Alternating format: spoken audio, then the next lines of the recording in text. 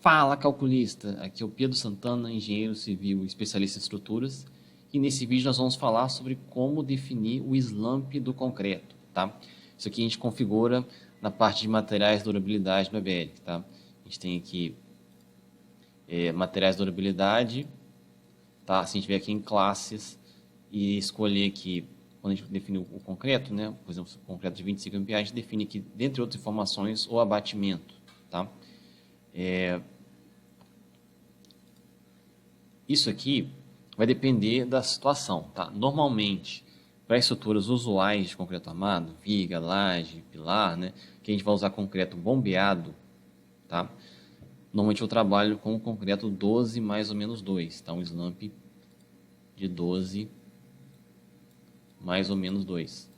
Funciona bombeado bacana, sem dar problema. Já bombeei até uns 15 andares e foi tranquilo, tá? Porque o concreto ao longo da bomba, né, ele precisa ser um pouco, ele tem que ser fluido suficiente para ser bombeado, né, para ele passar. Se for muito seco, a bomba não consegue impulsionar. E ao longo do próprio comprimento da bomba, ele vai perdendo fluidez. Então, se ele sai com 12 no nível do chão, ele não chega com 12 de slump lá em cima e perde um pouco da fluidez dele. Mas com stick 12 mais ou menos 2 até 15 andares eu já executei tranquilo, tá? Tem gente que eu vejo trabalhar com 10 mais ou menos 2, que é um concreto que é um pouco mais seco, né? Como tem um slump menor, ele é um pouco mais seco. Como tem menos água nele, a gente consegue gastar um pouquinho menos de cimento. Tem uma economiazinha aí de cimento nesse concreto. Então, se você for cotar os dois da concreteira, vai dar uma diferencinha aí, talvez 5, 10 reais no valor do metro cúbico por conta disso aqui. Não vai passar disso, tá? Mas quando você tem um volume muito grande, né? Às vezes 5 reais faz muita diferença. Então, praticamente esse daqui, para mim, é o que eu uso. Ele tem uma trabalhabilidade boa e quase nada mais caro do que esse, tá? Tem outras situações, por exemplo, estaca hélice contínua, que é uma situação de concretagem bem complicada, né? Porque você tem o caminhão tá aqui, né?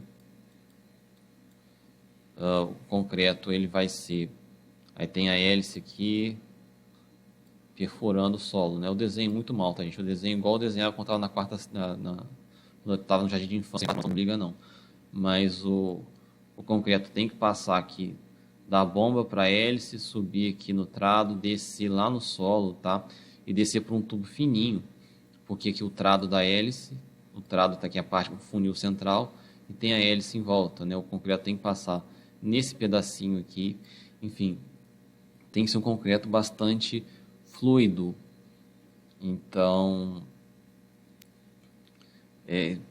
a gente adota aqui slump na faixa de 22 mais ou menos 3, tá? 25 mais ou menos 3.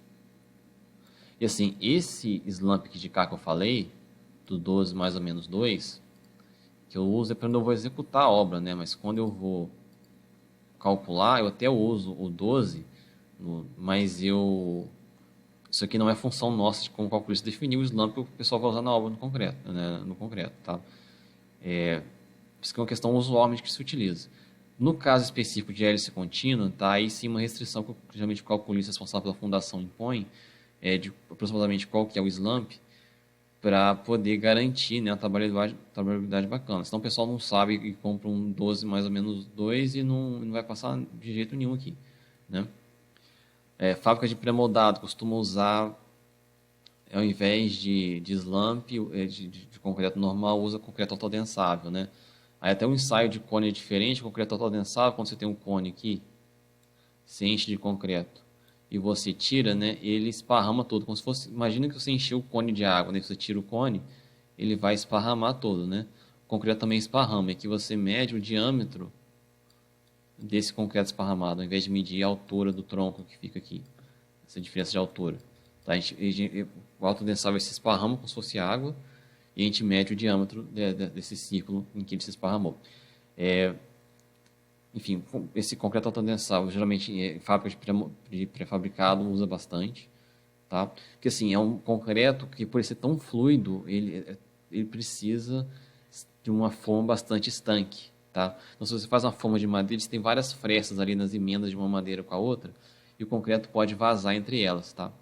Você tem aqui por exemplo, a fresta entre o fundo e a lateral do concreto. Ele vaza aqui, se essa forma lateral aqui, se eu tiver emendado duas formas aqui, ou então, isso aqui eu estou vendo em corte, na longitudinal, tá? Você tem dois painéis aqui ligados, né? Essa fresta aqui, o concreto também vai vazar. Eu já usei concreto autodensável para parede de concreto, e mesmo o painel sendo metálico, né? Aqui na ligação de um e outro ainda vazar o pouco de concreto, tinha que ficar alguém jogando água, limpando a forma para evitar de ficar agarrando o concreto depois. Então, o concreto autodensável ele demanda uma forma bastante estanque, senão você vai ter uma perda de concreto e uma sujeira também muito grande, tá? Mas enfim, estrutura usual, viga pela laje, está bombeado, 12 mais ou menos 2 ou 10 mais ou menos 2. Detalhe importante que eu já estava esquecendo de falar, referente a essa tabela aqui. Porque essa nomenclatura que eu usei aqui, 12 mais ou menos 2, 22 mais ou menos 3, é a nomenclatura antiga do SLAMP, né? A NBR 8953, na revisão de 2015, ela acabou com essa tolerância do SLAMP em mais ou menos 2, mais ou menos 3, e criou classes de consistência, tá? De acordo com a tabela 2. Então, por exemplo, ao invés do 10 mais ou menos 2, seria uma classe S100, em que o SLAMP varia entre 100 e 160, tá? O 10 mais ou menos 2, aliás, o 12 mais ou menos 2 variaria, o SLAMP variaria entre 10 e 14 centímetros, né? Entre 10 e 14 se encaixaria na S100, tá? Aqui, o 10 mais ou menos 2 variaria entre 8 e 12 de SLAMP, tá? Eu encaixaria também na S100, porque na S50, se você tiver um concreto com 50 milímetros, com 5 centímetros de SLAMP é muito pouco. Tá? Então, se você for usar essa nomenclatura aqui, compra um S100 com SLAMP variando entre 10 e 16 centímetros. Tá? Isso aqui vai atender melhor. Tá? Eu usei essa nomenclatura aqui porque eu vejo que essa daqui não pegou. Tá? Muitos calculistas que eu converso, muitos engenheiros em si que eu converso, concreteiros que eu peço concreteiros diferentes, todo mundo trabalha dessa forma aqui ainda. Tá? E assim, do meu ponto de vista, a norma tem essa nomenclatura aqui. Então, por exemplo, um concreto de SLAMP 12, né? Se você contratou na S100, você tem que aceitar no concreto variando entre 100 e 160 milímetros, entre 10 e 16 centímetros de SLAMP. Quando a gente contrata um 12 mais ou menos 2 e vem 16, você não pode aceitar, né? Você pode aceitar entre 10 e 14. Então, houve essa flexibilização aqui na NBR 8953, mas eu não vejo ninguém seguindo. Tá? Eu vejo o pessoal pedindo concreto usando essa nomenclatura aqui. Se você pediu 12 mais ou menos 2, mesmo você sabendo que pela norma nova pode ir até 16, você poderia aceitar o 16, você contratou assim. Se você contratou assim, ele tem que vir desse valor aqui, 12 mais ou menos 2.